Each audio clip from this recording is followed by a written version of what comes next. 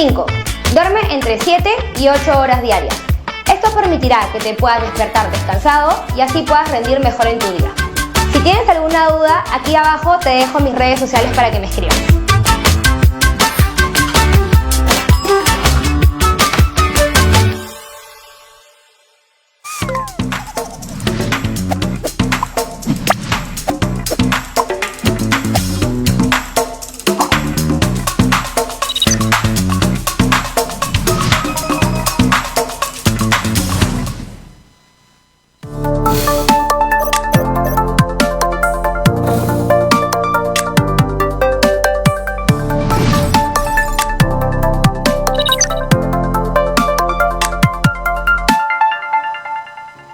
¿Qué tal? Muy buenas tardes. Les saluda Carlos Anderson para presentar una nueva edición de estos conversatorios desde el Instituto del Futuro a través de Nativa, porque Nativa nos conecta.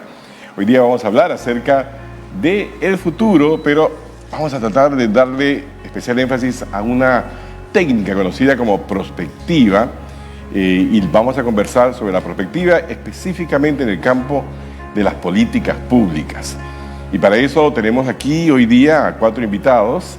Tenemos a Ramiro Rodríguez. Ramiro, si no me equivoco, es director de políticas públicas de Care Lab y de Roche, Perú. También tenemos a Carla Gaviño. Carla, por supuesto, es una muy vieja amiga nuestra aquí del Instituto del Futuro. Ella es consultora, docente de posgrado en gestión pública e inversiones. Y también está Gabriel del Castillo, presidente del Instituto del Futuro. Y por supuesto también está hoy día, para mí me da mucho gusto conocerle, a Giovanni Peirano, presidente del CEPLAN, del Centro Nacional de Planeamiento Estratégico, que es una institución por la cual yo siento por supuesto mucho cariño, porque también tuve la oportunidad de dirigirla entre el 2013 y el 2015. Así que a todos ustedes, bienvenidos, y vamos directamente a los temas de la prospectiva en políticas públicas. Y para eso quizás empezamos con algo muy sencillo para nuestros televidentes y nuestros seguidores en Facebook y en el resto de medios que nos ven. De repente Gabriel del Castillo nos puede ayudar un poquitito para poner las cosas en contexto, ¿verdad? Hablamos de prospectiva. ¿Qué es la prospectiva, Gabriel? Claro que sí, Carlos. Bueno, la prospectiva es una disciplina dentro de un campo que son los estudios de futuro, que básicamente a lo que nos referimos con prospectiva es a estudiar el futuro de manera sistemática, de manera metódica, para poder tomar mejores decisiones hoy en día. Y eso puede tomar muchas formas, desde estudiar elementos en el presente que nos dicen algo sobre el futuro, como lo que se llaman señales o tendencias, como también construir escenarios o estrategias mucho más robustas de lo que el planeamiento estratégico tradicional nos permitiría hacer. Ok, es una definición que ahora necesita otra definición, que es ¿a qué nos referimos cuando hablamos de políticas públicas? Así que voy a apelar a los dotes de docencia de Carla para que nos ayude nuevamente a poner todo en contexto. ¿Qué entendemos por políticas públicas, Carla? Claro, Carlos, en términos sencillos, frente a un problema de carácter público, las autoridades pueden optar por una serie de decisiones. Esas decisiones para atender esos problemas van a ser las políticas públicas, que se van a aterrizar a través de acciones o de gestión pública propiamente dicho. Un ejemplo, podemos tener el problema de la infraestructura en el país, ante lo cual se puede lanzar una política pública como sería un Plan Nacional de Infraestructura o algo similar. Cómo aterrizarlo sería a través de acciones de gestión pública mediante asociaciones público-privadas, obras por impuestos, entre otras opciones más. Claro, pero ahí viene justamente, ¿no? Y hablemos perfectamente, empecemos mejor dicho con ese excelente ejemplo de un plan de infraestructura, ¿no? Porque tú acabas de describir los instrumentos, ¿no es cierto? ¿Sí? Pero le falta a la infraestructura una visión, un contexto, porque hablamos de una inversión que normalmente dura 20, 30 años, ¿no? A ver, y en ese campo acaso específicamente, ¿no deberíamos estar hablando entonces de prospectiva en una política pública tan clara como, por ejemplo, la infraestructura? El señor Giovanni Peirano, ¿qué tal? No sé si nos puede comentar al respecto. ¿Sobre qué punto, perdón? Sobre el tema de la infraestructura y el tema de la prospectiva y cómo todo esto, bueno, la infraestructura siendo una política pública, ¿verdad? cómo la prospectiva puede ayudar a diseñar un plan de infraestructura que realmente responda a necesidades estratégicas y no sea solamente, digamos, un listado de cosas por hacer. Bueno, primero se desarrolla un diagnóstico sobre el cual se puede proyectar un proyecto de infraestructura pública, pero efectivamente la diagnosis arroja que hace 10 años se plasmó un déficit de brechas de infraestructura de cerca de 100.000 millones de dólares. Hoy día se dice que son 200.000, pero eventualmente, como estamos hablando de perspectiva, hay factores globales, regionales, biosferos, como puede ser el calentamiento global, que aterrizaría que, por ejemplo, nosotros que estamos en el orden de Salvador de Bahía tendríamos bastante temperatura, con lo cual la infraestructura pública tendría que soportar bastante lluvia. Entonces, la perspectiva ayuda al diseño y selección de los escenarios que podrían servir para mejor infraestructura pública que soporte precisamente esos fenómenos climáticos. Y cuando hablamos, por ejemplo, del actual plan de infraestructura que existe, que fue diseñado en 2019, ¿diría usted que tiene una visión prospectiva, señor Periano? Naturalmente, todo planeamiento se desarrolla con elementos formales, con diagnosis que se aporta tanto por, vamos a decir, órganos públicos, como puede ser el INEI, puede ser diagnósticos también trabajados por sectores privados, y mucho se aporta por datos provenientes precisamente de los organismos multilaterales. Precisamente ahora que nos encontramos con OCDE, ellos tienen mucho interés en el aspecto de infraestructura y cuál es el planeamiento, ¿no? Porque efectivamente el modelo de desarrollo trata de conectar infraestructura con servicios, servicios con exportación y con ello con competitividad. Entonces la infraestructura dentro del ciclo planeamiento presupuestal suele tener simplemente un 5 al 10%, dependiendo del nivel de multinivel de gobierno que estamos hablando. Pero las brechas a cerrarse efectivamente suelen mirarse de distintos aspectos, como reitero, algunos consideran que estamos en 100.000 millones de dólares, otros en 200.000. La importancia es el consenso político para aterrizarlo en implementación y programación multianual, ¿no? Claro. Sí, estamos hablando, por supuesto, del estado de cosas, ¿no? De esas brechas. Quizás cuando yo pienso en infraestructura, cuando pienso en prospectiva y en estudios de futuro, no, me pregunto más bien qué tipo de infraestructura se van a necesitar de aquí a 20 años, de aquí a 30 años, dados los cambios que uno espera en la sociedad. Quería preguntarle a Ramiro Rodríguez, porque tú estás en el sector privado, ¿verdad, Ramiro? La prospectiva, ¿cómo la utilizan en el campo privado? Muchas gracias, Carlos, por la invitación y por la pregunta. De hecho, yo trabajo en un laboratorio farmacéutico que justamente se dedica a utilizar la evaluación de las tendencias de futuro en salud para traer soluciones que en el futuro van a necesitar los pacientes, pero hacerlas realidad en la actualidad. Por ejemplo, una de las grandes líneas que está desarrollando en general el sector salud, no solamente Roche, alrededor del mundo, es la medicina personalizada. Es el uso de los datos genómicos de las personas y la captación de datos a través de herramientas como los smartwatch o los datos que en tu tablet o en tu computadora, el Google Fit y esta nueva tecnología que tenemos a disposición para medir cuántos pasos hacemos, nos pueden ayudar a brindar mejor salud de manera temprana. De esta forma se reduce el impacto financiero que puede tener en el sector salud la atención de enfermedades más complejas. Y la medicina personalizada, a través del uso del diagnóstico genómico, puede incluso determinar cuál es el tipo específico de mutación en cáncer que tienes para evitar que se complejice un caso de cáncer que ahora sabemos que no tanto depende de dónde te dio, sino de qué tipo de mutación te dio.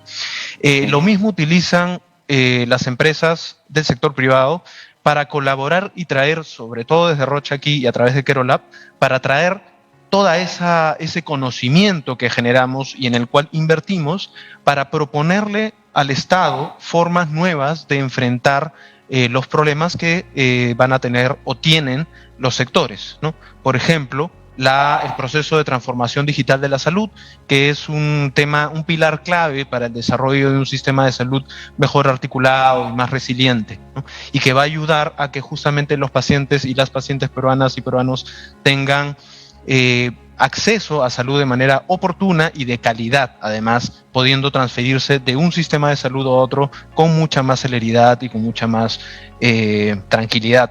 Ramiro, tú acabas de decirle justamente las dos palabras claves cuando uno habla o piensa en el tema de infraestructura, que es una visión de lo que uno puede esperar y una acción que hay que hacer hoy justamente para, de alguna forma, adelantarnos o hacer que eso que uno más o menos imagina, entrevé o espera, suceda, ¿verdad? Y yo quería volver ahora a la pregunta de infraestructura que me parece vital para un país como el nuestro, porque efectivamente tenemos una tremenda brecha, ¿no es cierto?, de infraestructura. Nos faltan caminos, nos faltan puertos, nos faltan aeropuertos, nos faltan una serie de cosas, pero las propias necesidades de infraestructura a futuro van a cambiar, ¿no? Y me pregunto, por ejemplo, ¿qué pasa si esto que estamos observando, que es mayor uso de bicicletas, más cuidado, menos automóviles, digamos combustibles más caros para castigar el uso de automóviles?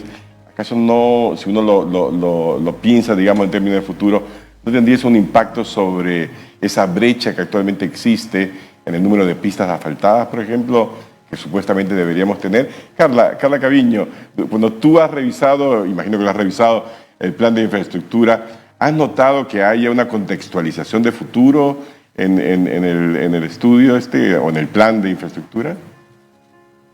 En el listado de proyectos que lo componen, no tanto propiamente. Lo que ocurrió ahí fue que más lo que se hizo fue en base a una metodología, coger aquellos proyectos que tenían más oportunidad de salir, que estaban quizá ya más cerca, más avanzados, o aquellos, por ejemplo, en ejecución o con expediente técnico. Inclusive hay algunos a nivel de idea, pero que se presumía que podían ser importantes y que podrían tener una cierta facilidad, acompañados de una serie de seguimiento y de herramientas adicionales que proponía el plan para poderlos lanzar. Obviamente este documento es prepandémico al punto que no incluye, por ejemplo, hospitales, ¿no?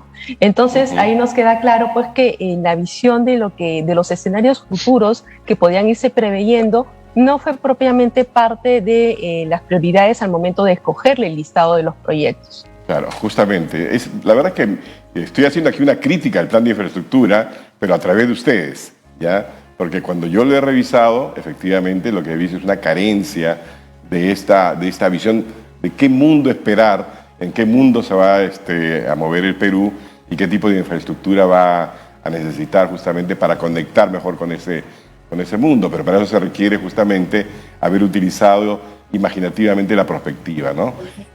Gabriel, una pregunta que me parece también importante hacerte para ir diferenciando los temas es, tú hablaste de estudios de futuro, ¿no es cierto?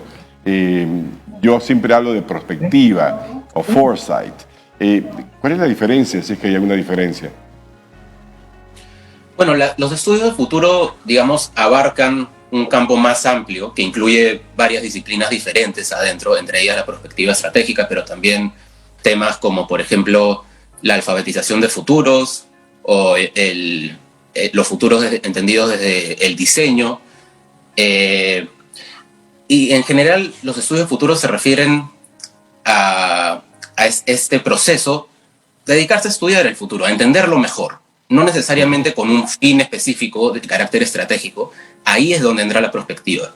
La perspectiva nos sirve para, analizando el futuro, entender mejor qué es lo que tenemos que hacer para anticipar riesgos, por ejemplo, para darle dirección a las políticas públicas, diseñar políticas públicas más sólidas, más robustas, para innovar también y para generar consensos que finalmente puedan movilizar al ecosistema, ¿no? A los actores que tienen que tomar acción finalmente. ¿Y cómo hacer todo esto cuando uno dice, pero si yo no puedo ni pronosticar, no sé lo que va a pasar mañana, ¿no? ¿Cómo voy a saber lo que va a pasar de aquí a 10 años, 20 años? ¿Cómo pensar en esa nube, digamos, de incertidumbre? Señor Peirano, desde ese plan, ¿cómo están pensando el Perú de los próximos 10, 20 años? Porque he visto, por ejemplo, que hay un plan al 2050, ¿no? Y le planteo la misma interrogante con ese nivel de incertidumbre, que vivimos.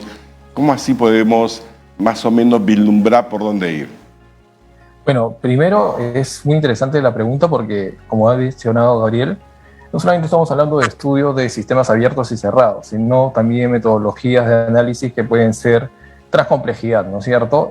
Hay factores que pueden determinar que cambian el clima, y el clima puede cambiar las condiciones de hacer políticas públicas. Entonces, cuando estamos hablando de prospectiva, tenemos que entender que es una ciencia altamente holística, que no solamente se engarza en lo que vendría a ser un paradigma científico, sino que trasciende a la transdisciplinariedad. ¿Por qué menciono esto? Porque sabiendo las capacidades que tiene nuestro Estado y sabiendo que el Plan 2050 trata de llegar al modelo de desarrollo, recordemos que hemos tenido un plan bicentenario que ha terminado el 31 de diciembre, el Plan 2050 lo que busca como meta es la factibilidad del escenario de desarrollo de toda la nación.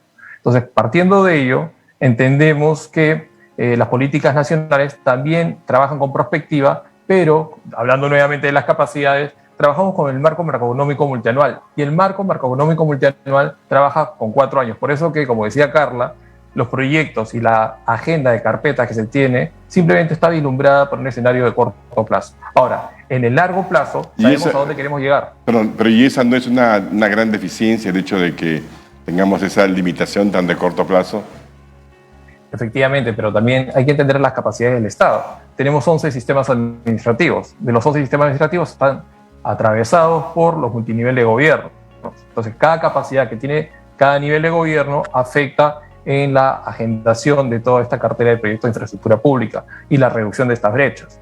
Entonces, estamos en un sistema presidencial unitario, pero descentralizado. Precisamente es materia de la política general de gobierno, ¿no? Ampliar las capacidades y trasladar estas competencias a las autoridades, sabiendo que este es un año electoral descentralizado y que naturalmente al ingresar nuevos postulantes y que van a ser autoridades, van a haber unas brechas que cubrir en esas capacidades para cubrir precisamente las brechas que mencionamos y lograr esa eficiencia en infraestructura.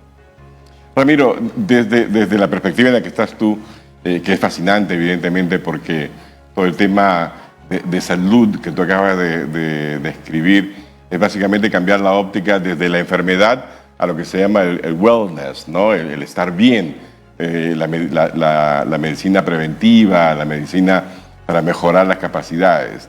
Y me pregunto, en el análisis que ustedes hacen prospectivo a 10 años, ¿cómo incorporan las políticas públicas en salud? ¿Y qué otros elementos incorporan en su análisis? Bueno, eso es un tema fundamental para el desarrollo que hace la visión, sobre todo de cooperación que tiene la compañía con el sistema de salud peruano. El grueso de asegurados depende del seguro público y de la seguridad social, casi el 98%, y en nuestro país el sistema privado es complementario, ¿no?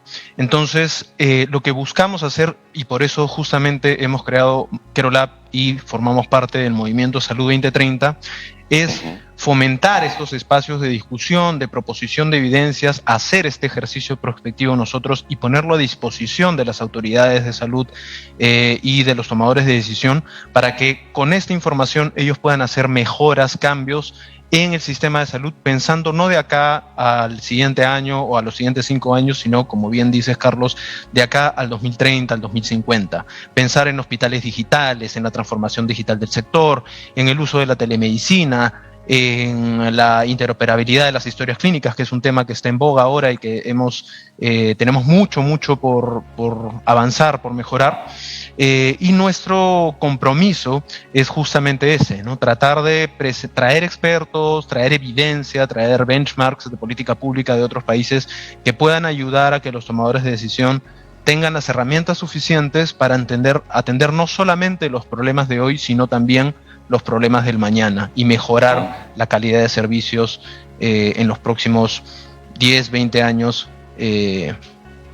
pensando en las herramientas que el futuro nos va a traer a disposición. No, genial. La verdad es que todo este plan de salud a 2030, esa discusión acerca de qué es lo que va a pasar en los próximos 10 años en materia de salud, que imagino que tiene que ver con el cambio demográfico, ¿no es cierto? El cambio también en la epidemiología, en todas estas cosas que estamos viendo, y imagino también el hecho de aceptar que de aquí en adelante vamos a tener más pandemias, ¿no? que lo que hemos visto realmente es apenas la punta del iceberg. Quería ahora regresar, porque estamos haciendo aquí, si se dan cuenta, un poco de ping-pong entre temas de carácter teórico y temas de carácter práctico. Y esto tiene una razón de ser, que en realidad, creo que lo dijo el señor Peirano, esto tiene tal nivel de complejidad que aquí estamos tratando de alguna forma de simplificar el lenguaje y de transmitir ideas, fuerzas que no son muy comunes, ¿no? Casi nadie habla del futuro en el Perú y en general en América Latina, y esa es una tarea pendiente, creo yo, en la región. Carla, tú que eres profesora de posgrado en gestión pública, imagino que cuando das tus clases sobre la administración pública empiezas contándoles de que el planeamiento es el primer pilar de la administración pública, ¿verdad? ¿Qué les dices y cómo contrastas lo que dice la teoría versus lo que observamos en el Estado peruano? Bueno, te lo explico de una forma muy simple, o más bien a la audiencia. Para saber qué queremos, hacia dónde queremos llegar, tenemos que tener claro primero esos objetivos. ¿Qué queremos como sector? ¿Qué queremos como gobierno regional? ¿Qué queremos como municipalidad? ¿Cuáles son nuestros objetivos estratégicos en nuestro nivel de gobierno, en nuestro país? ¿A qué aspiramos? ¿Hacia dónde queremos llegar? Contra eso contrastas lo que tienes. Y frente a esa realidad, pues hay un diferencial, un gap, por así decirlo, que lo puedes llenar de una serie de acciones en materia de infraestructura, de proyectos que te pueden ayudar a acercarte a aquel objetivo que tú querías buscar. Pero ¿qué es lo que ocurre en realidad? Lo que está ocurriendo lamentablemente es que muchas veces a través de la cartera de proyectos directamente se empieza con el paso 1, buscando con qué proyectos empezar, con qué proyectos seguir, y en base a esos pedir el presupuesto, empezarlos a ejecutar, y bueno, y eso lo articulas con el presupuesto público, y en parte también al momento que haces tu programación multianual, buscas ahí qué objetivo de ese plan puedes vincularlo, engancharlo, linkearlo de alguna manera, pero pues el ejercicio se está volviendo un poquito sobre la marcha. Tanto es así que nuestras propias programaciones multianuales de inversiones, que son de 3 años nada más, tienen unas constantes modificaciones que te evidencian que no tienes la capacidad como Estado o administración pública de organizarte para los próximos 3 años y tener claro qué quieres hacer. ¿Cuáles son tus prioridades en materia de inversión para los próximos 3 años? Si lo paras moviendo constantemente y adicionalmente a la hora que se discute cada ley de presupuesto a fin de años, metes proyectos que están fuera de tu programación, ya que podemos tener claro pues respecto de visiones a largo plazo, que podemos tener claro respecto de que si estoy ya no alineándome a objetivos generales o a proyectos de campaña, ya la realidad un poco nos arroja otro tipo de prácticas que nos distancie un poco justamente de esa visión de prospectiva, de largo plazo, de ir anticipándonos para buscar desde ahora soluciones que nos puedan ir preparando para lo que vendrá en el futuro, ¿no? O sea, para sintetizar, tenemos, digamos, presupuestos sin planes, ¿verdad? Sí. Y también tenemos planes sin presupuesto, ¿no? Cuando estaba justamente presidiendo ese plan, me acuerdo que en algún momento pedí que hicieran una especie de inventario de cuántos planes estaban activos en esos momentos, y recuerdo que la cifra era algo así como 130 planes, de los cuales creo que como el 90% no tenía presupuesto, ¿no? Un planitis, ¿verdad? Sí, bueno, ese es uno de los temas que tenemos que solucionar. Gabriel, desde lejos, porque ahorita estás en Londres, ¿no es cierto? Pero eso te da un poco la perspectiva, digamos, de país. Te quería preguntar, ¿y por qué estamos teniendo esta conversación? O sea, ¿qué tan importante realmente es el planeamiento de políticas públicas desde una perspectiva de desarrollo? Es clave, la verdad. No solo es importante, sino que diría que es fundamental. Si queremos, digamos, alcanzar objetivos de desarrollo, lo primero que tenemos que hacer es planteárnoslo, como explicaba Carla. Y para eso tenemos que entender un poco por dónde van las cosas, qué cambios se pueden producir, qué riesgos aparecen, qué oportunidades aparecen y qué es lo que nosotros queremos también y cómo lo que nosotros queremos podemos hacerlo realidad en medio de todos esos cambios. Y para eso utilizamos las metodologías prospectivas para, digamos, con un poco más de profundidad, poder... Pero te pregunto, Sí. ¿qué países, por ejemplo, hacen uso de la prospectiva de manera recurrente y diseñan sus políticas públicas a partir de este tipo de visión, digamos? Hay ejemplos muy concretos. Un ejemplo que usa famoso por usar la perspectiva, por ejemplo, es Singapur, que desde hace ya varias décadas tiene un sistema de perspectiva bastante desarrollado que se basa en un centro de futuros estratégicos que, sobre todo desde un punto de vista geopolítico, examina los retos a futuro que enfrenta la sociedad singapurense y sobre eso construyen políticas públicas. Otros ejemplos, por ejemplo, tenemos Finlandia, que tiene un ecosistema bastante desarrollado donde se presenta una agenda a futuro cada tantos años, y sobre esa agenda es que se dirige el resto de la política pública, ¿no? Y así tenemos varios ejemplos alrededor del mundo, pero de repente, para entender un poco, nos serviría un ejemplo un poco más puntual de cómo se puede usar en un caso específico, ¿no? Por ejemplo, en el caso de la educación. Si estamos hablando de los niños que recién están entrando a la escuela, tenemos que pensar qué mundo les espera cuando se gradúen dentro de varios años más.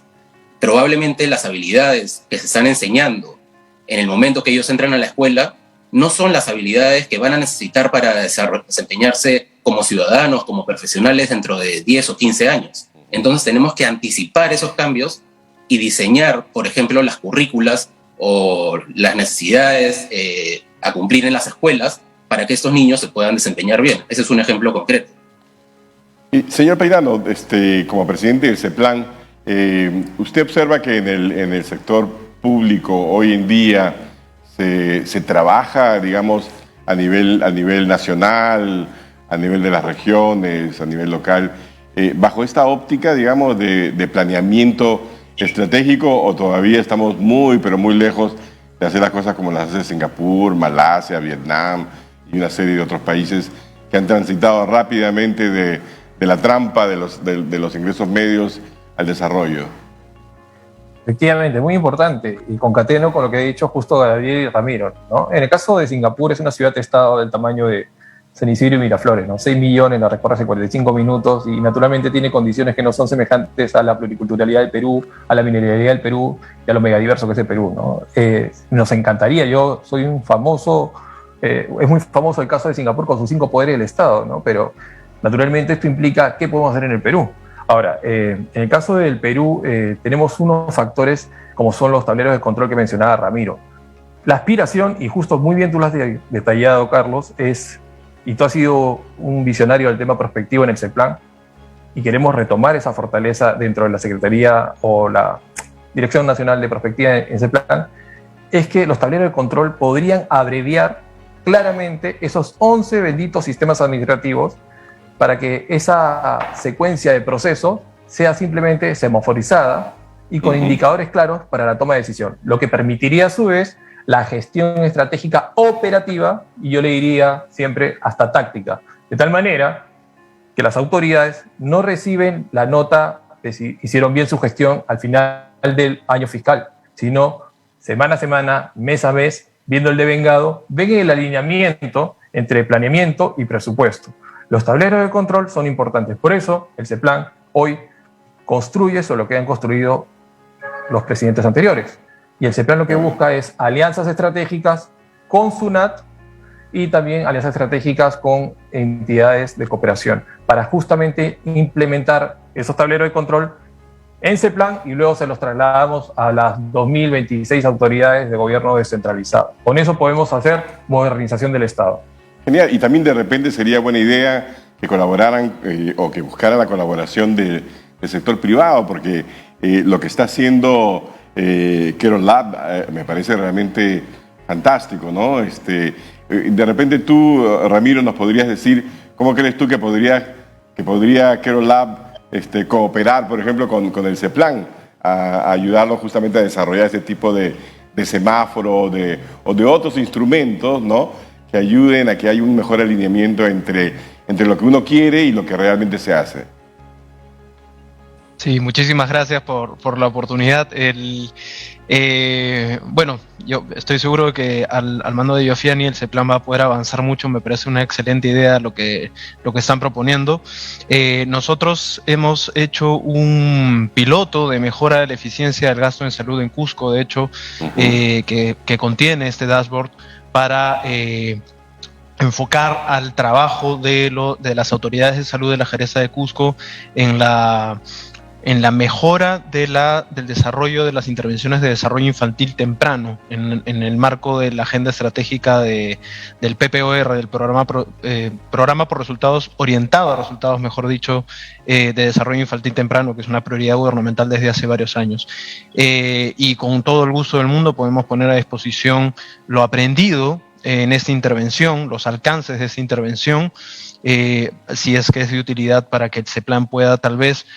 Creo que algo que funciona mucho en mi experiencia en el sector público, en la Presidencia del Consejo de Ministros y el Ministerio de Economía, funciona mucho que pilotemos, ¿no? Que vayamos, hagamos un pareto y identificamos dónde podemos intervenir con un esfuerzo bien enfocado, bien acotado, y a partir de eso generemos aprendizajes que luego podamos extender hacia las otras instituciones públicas, porque lo que suele suceder es que queremos hacer grandes cambios muy complejos, muy potentes, pero en ese interín terminamos por no avanzar como podríamos, ¿no? Entonces es más fácil ir enfocándonos en ciertas áreas estratégicas y sobre esas áreas ir escalando las soluciones que vamos diseñando bajo una lógica muy de innovación, muy de user experience, ¿no? Que está justamente es donde puede apoyar el sector privado, en traer toda esa metodología inyectarla en la gestión y en las políticas públicas. Genial. No, yo la verdad es que me encanta escucharte y espero que también el señor Peirano esté contento de escuchar esta oferta, porque es el tipo de cosas que tenemos que ir impulsando, ¿verdad? Una mejor relación entre el sector privado y el sector público. Después de todo, ambos son los pilares fundamentales del crecimiento económico y el desarrollo de un país. De hecho, de repente sería una buena idea, se lo recomiendo, señor Peirano, revivir algo que nosotros hacíamos, que eran unos foros del futuro, donde discutíamos estos temas juntando al sector público y al sector privado. Creo que eso ayudaría también de repente. Y quería preguntarle a Carla, ahora ella nuevamente en su papel de académica, porque, bueno, tiene una larga trayectoria en el sector público, en el MEF y en otras instituciones, pero hoy en día está, digamos, observando, ¿no?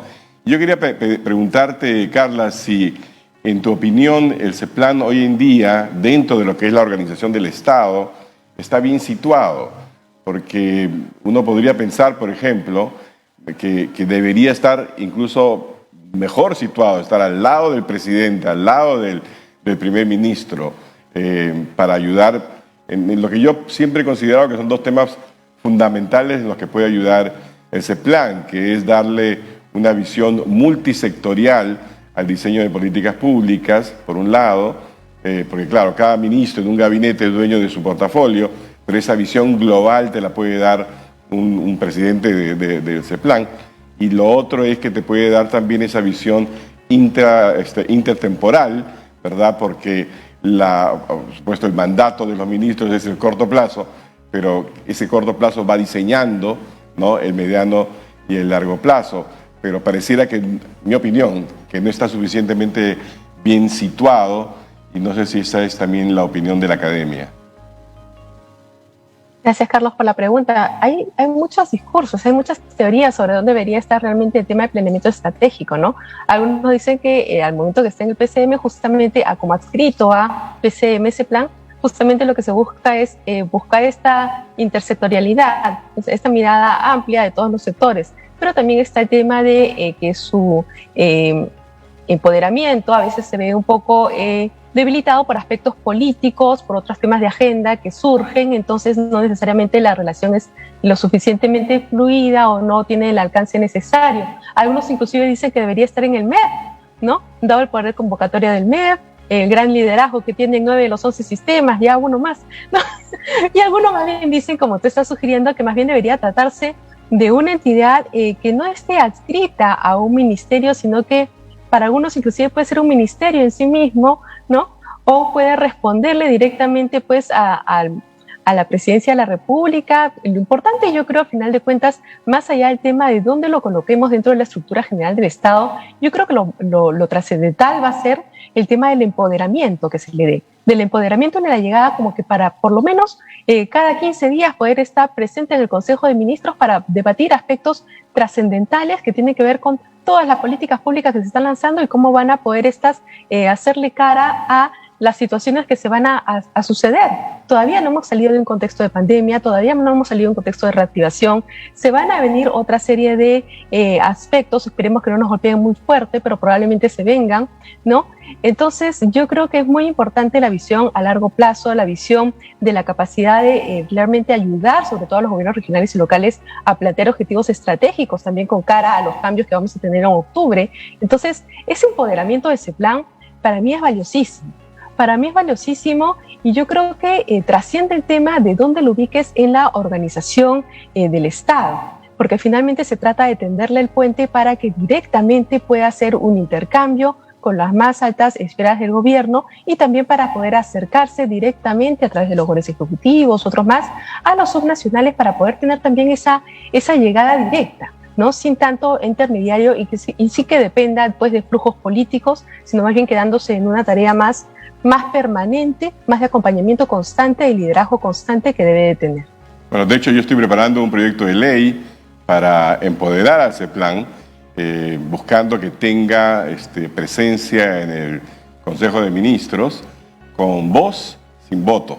Así que aquí se lo doy como primicia al presidente de ese plan, el señor Giovanni Peirano, y me gustaría saber si le parece que es una mala idea o buena idea. No, en verdad, por supuesto, o sea, cuando uno analiza las reformas del Estado y entiende la función del presidente y el premier, ya hay diagnósticos que mostrarían que el presidente tendría que hacer las políticas de Estado, mientras que el premier tendría que hacer las políticas de gobierno de corto plazo.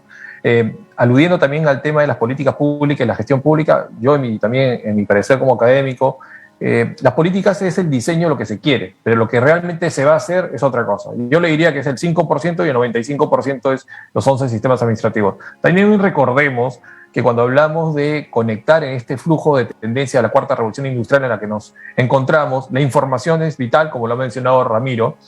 Tenemos que hablar de dos palabras que son claves: la interoperabilidad y la interoperatividad. No podemos trabajar de forma aislada, porque si no, tenemos un fraccionamiento del Estado que lleva a su inoperancia y luego tenemos los conflictos políticos intergubernativos. Y también tenemos el tema de la reelección, la prohibición de la reelección de las autoridades. El alcalde distrital no puede reelegirse y por ende aspira a ser provincial, el provincial aspira a ser regional y por ende, efectivamente, esto genera descoordinaciones y también duplicidades de proyectos de inversión pública, el mismo enfoque territorial que comparte. Pero lo que puntualmente dices tú muy bien, Carlos, el CEPLAN debería ser, en mi opinión, una superintendencia con autonomía técnica, autonomía política y autonomía presupuestal. De lo contrario, tú entenderás que 15 millones de soles para planificar 199 mil millones de soles es algo exiguo. No nos quejamos, simplemente hacemos las mejoras. Las alianzas estratégicas con SUNAT son fundamentales y también con el MEF, porque acuérdense, ahora estamos frente al CIAF 2, una brillante ventana de oportunidad para precisamente la interoperabilidad e interoperatividad. Y también estamos con la SECDI, con Maruska Chocobar, trabajando justamente esta conectividad, para que vayan a estos tableros de control, que mencionaba también Ramiro, y estos tableros de control vayan a todas nuestras autoridades de multinivel de gobierno. Eso es modernización del Estado. Claro. Encantado de tu propuesta. Genial, eso que quería escuchar, para no actuar, digamos, a contracorriente, y qué bueno que hay ese entendimiento. Definitivamente lo que sí me ha quedado impresionado es que cuando yo estaba de presidente de ese plan en 2013 al 2015, el presupuesto era 15 millones de soles. O sea, en términos reales ha caído, ¿no? Y eso nos dice mucho acerca, creo yo, de este grave problema que tenemos para pensar el futuro, ¿no? Te pregunto, Rodrigo, a ti, por ejemplo, ¿te sorprendió el grado, digamos, de poca preparación que ha tenido el Estado peruano para enfrentar una crisis como la del COVID-19? Evidentemente sorprendió a muchos. Ningún sistema de salud estuvo preparado, pero el nivel de poco preparamiento o nulo preparación del caso Perón, ¿te sorprendió o no? Supongo que te refieres a mí. Rodrigo, sí. Perdón, Ramiro, perdón, te dije Rodrigo. mil disculpas. La verdad es que no me sorprendió porque conozco, he sido parte del Estado bastante tiempo y digamos que sufrimos fallas estructurales que se replican en toda la gestión pública en términos de capacidades. El debate que han tenido respecto a la posición del planeamiento estratégico en nuestros países es fundamental y se viene discutiendo desde hace varios años, desde que en el más o menos 2013 se aprobó la Política Nacional de Modernización de la Gestión Pública. Hay países que tienen ministerios de planificación y el departamento de presupuesto es eso, un departamento, ¿no? Se prioriza la planificación por sobre la asignación presupuestal. Nosotros hemos tenido un cambio rotundo a partir de los años 90 más o menos, en los cuales se priorizó la asignación por sobre la planificación, todo por asegurar la caja fiscal. Y eso tuvo un impacto en cómo pensamos y cómo diseñamos el país, ¿no? O sea, ha habido una serie de esfuerzos para mejorar ese proceso con el diseño de mejores políticas públicas, con procesos de reforma de largo alcance. Sin embargo, todavía nos falta mucho adoptar muchas metodologías y interiorizar muchas metodologías y es preocupante lo que señala Eugenia respecto al presupuesto que se tiene para la planificación estratégica. Y sin esa planificación no podemos desarrollar las herramientas para enfrentar esta ni próximas pandemias. Exacto. Entonces es natural que no tengamos las herramientas para enfrentar una pandemia, que no tengamos las herramientas para enfrentar la informalidad, que es un problema que traemos desde hace varios años atrás, ni para poder acomodarnos rápidamente al proceso de reactivación económica que deberíamos estar priorizando en estos momentos para que la gente que producto de la pandemia ha perdido ingresos, ha perdido su casa, ha perdido su estabilidad, pueda ir encaminándose hacia el estado prepandémico. Ok, hasta ahora en esta conversación hemos identificado por lo menos creo 3 áreas que requieren pensar futuro en serio y que las políticas públicas, digamos, reflejen ese pensamiento de futuro. Me estoy refiriendo al tema de educación que mencionó Gabriel, ¿no? Porque los chicos de hoy, cuando salgan en 15 años, digamos, del colegio, tendrán, pues, ¿qué será? El año 2035 o 36, van a encontrar un mundo diferente, ¿verdad?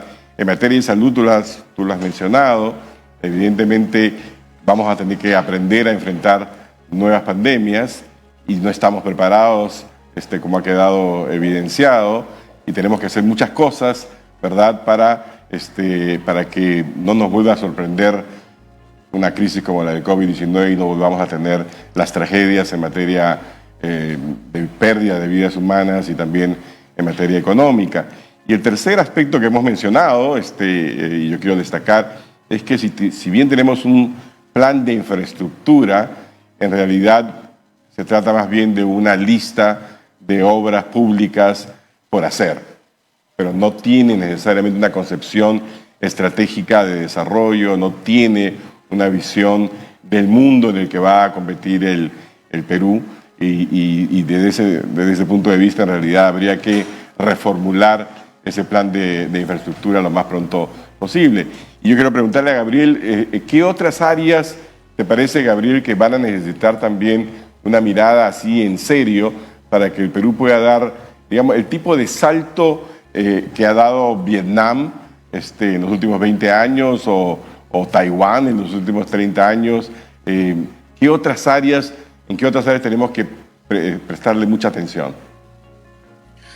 Bueno, si estamos hablando de dar saltos de ese tipo, pienso que lo primero que se me viene a la cabeza y pienso que es lo más importante es hablar de industria y competitividad.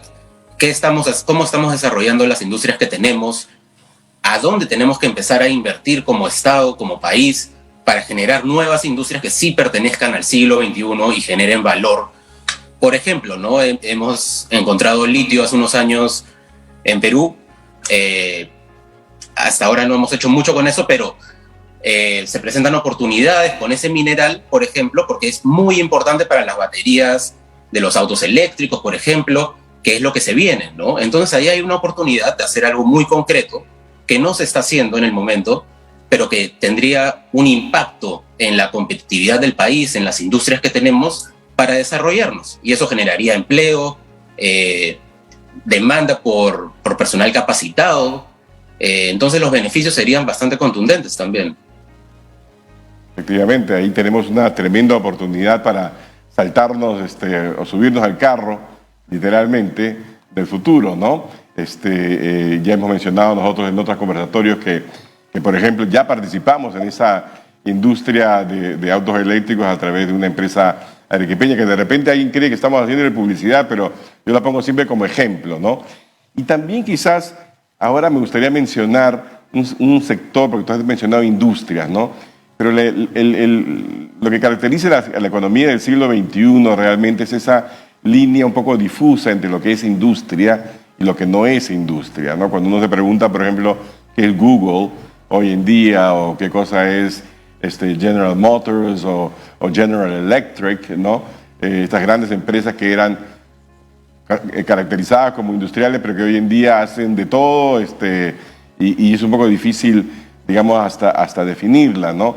Hace unos días, una empresa, una película peruana llamada Aimbo, una película de estas de animación, que nosotros hemos promocionado mucho, simplemente porque es una muestra de lo que el país podría hacer en materia también de creatividad y de generar una nueva industria. Me contaba César Celada, que es él con su hermano son los creadores de esta película que acaba de recibir el premio Platino en España, y que no se sorprendan que en algún momento sea candidata al Oscar a mejor animación en los premios Oscar. Me contaba, por ejemplo, que el costo de hacer esta película con los más altos estándares de calidad, etcétera, había sido de más o menos $10 millones aquí en el Perú, aquí en Jesús María, ¿no?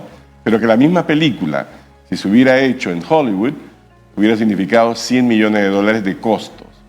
Es decir, aquí tenemos una oportunidad a través de la excelente mano de obra que también podemos tener y creatividad, etcétera, y dado que la tecnología está al alcance de la mano, para poder desarrollar otros sectores que no sean necesariamente evidentes, ¿no? Como en el caso de la industria, de la industria manufacturera, etcétera. Carla, cuando tú con tus alumnos hablas, por ejemplo, de desarrollar una visión de futuro del desarrollo del Perú, ¿no? ¿Ven este tipo de cosas o están pensando sobre todo en minería, agricultura, en las cosas tradicionales? Pero te confieso que en posgrado están en la segunda línea. La minería, por supuesto, el gran motor de crecimiento de nuestro país. También me habla mucho de temas viales, de temas que tienen que ver con energéticos, pero cuando hablo más con el pregrado, las ideas, quizá por lo mismo que están más en contacto con más tecnología que nosotros, van por el lado del desarrollo tecnológico, ¿no? Y lo que tú estás mencionando justo me trajo a mí a la mente una discusión que ha habido hace poco, que es el presupuesto dado a la ciencia y la tecnología, el papel de Concitec, ¿no? Los proyectos de ciencia y tecnología en general que no están del todo entendidos como proyectos de inversión pública, pese a que sí lo son, porque todavía estamos en la visión del fierro y el cemento en materia de inversión pública, cuando más bien también pueden tener componentes tecnológicos. Exacto. De desarrollo, claro. Entonces, yo creo que ahí todavía en general como país tenemos que actualizar un poco nuestros conceptos, que mirar un poco más todas las alternativas de desarrollo que tenemos y que se puede impulsar desde el gasto público mismo. Genial, muchísimas gracias. Tienes razón. Yo estaba pensando, mira, en algo que alguna vez hicimos en CEPLAN, en uno de estos foros. Tuvimos un invitado que nos llamaba a reflexionar si lo que queríamos era hacer manufactura o si queríamos hacer mentefactura, ¿no? Evidentemente la mentefactura crea muchísimo más valor. Tenemos 3 minutos y yo quería darle a cada uno de ustedes medio minuto más o menos para que digan unas palabras finales, y desde ya agradecerles a cada uno de ustedes por participar en este conversatorio del Instituto del Futuro. Comenzamos con Carla. A ver. Bueno, primero que nada agradecerte, Carlos, agradecerle a todo el Instituto del Futuro y también a todos mis compañeros de panel. Yo creo que un tema importantísimo que tenemos que tener en cuenta para hablar de prospectiva en política pública es también el nivel de institucionalidad pública para recibir cualquier propuesta de prospectiva que le pueda hacer llegar, por ejemplo, la academia, el sector privado, los think tanks, o también que puedan ellos mismos generar. Pero finalmente ellos son los decisores. Entonces me parece importantísimo hacer llegar ese tipo de mensajes al propio sector público, porque ellos son los decisores que finalmente tendrán la oportunidad de incorporar estas visiones hacia adelante en nuestro país. Genial. Giovanni Peirano. Sí, retomando lo que mencionabas, yo tengo 4 meses de ese plan y ya hemos hecho 2 foros del futuro. Ah, qué bueno. El primero tenía que ver justamente con el tema alimentario, que se viene con todo, ¿no? Tras el tema financiero a nivel global.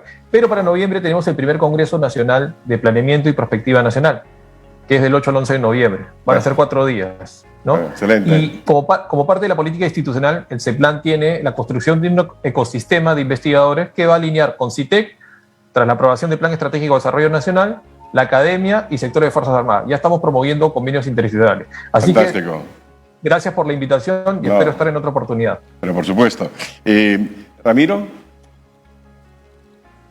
Sí, Carlos, agradecer la invitación, felicitar a los participantes, a Carla, a Yofiani, a Gabriel, por todo lo que están haciendo desde sus aristas, desde sus áreas de intervención, y ponernos a disposición. Creo que es muy importante que, sobre todo en la realidad que tenemos hoy por hoy, post-pandémica, trabajemos juntos, sector público, sector privado, academia y sociedad civil, para pensar el tipo de país que queremos de acá al 2030, al 2050, y que propongamos y tengamos, como bien dijo Carla, esos espacios institucionales de cooperación, de coordinación, para hacer llegar estas propuestas que compañías de larga data, de más de 125 años de presencia en el mundo y que trabajan por todo el mundo, puedan traer para mejorar la calidad de los servicios públicos en nuestro país.